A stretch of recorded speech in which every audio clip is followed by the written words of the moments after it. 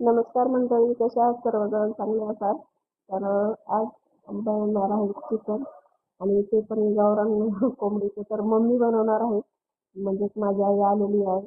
तर तीच बनवणार आहे, तुमच्याशी तीच रेसिपी शेअर करणार आहे.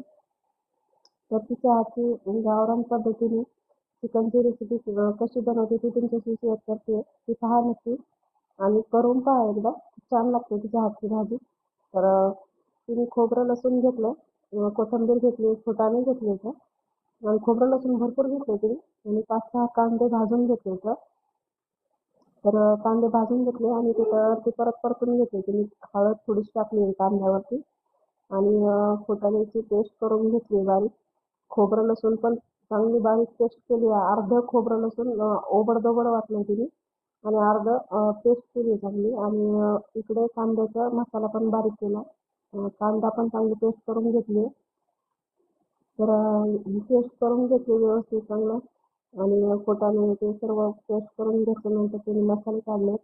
तर मसाल्यामध्ये तिने मिरची, कांदा लसूण मसाला, चिकन मसाला आणि धनिया पावडर काढली थोडीशी आणि तेल टाकले. तेलामध्ये तिने खोबरं लसूण टाकले परतवण्यासाठी.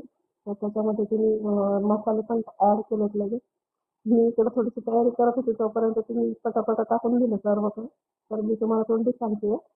तर तिने तेलामध्ये खोबरं लसूण टाकलं, त्यामध्ये सर्व मसाले ॲड केले, मसाले टाकले त्यामध्ये. खोबरं लसूण टाकल्यानंतर थोडीशी कोथिंबीर टाकली, फ्राय करून घेतली व्यवस्थित.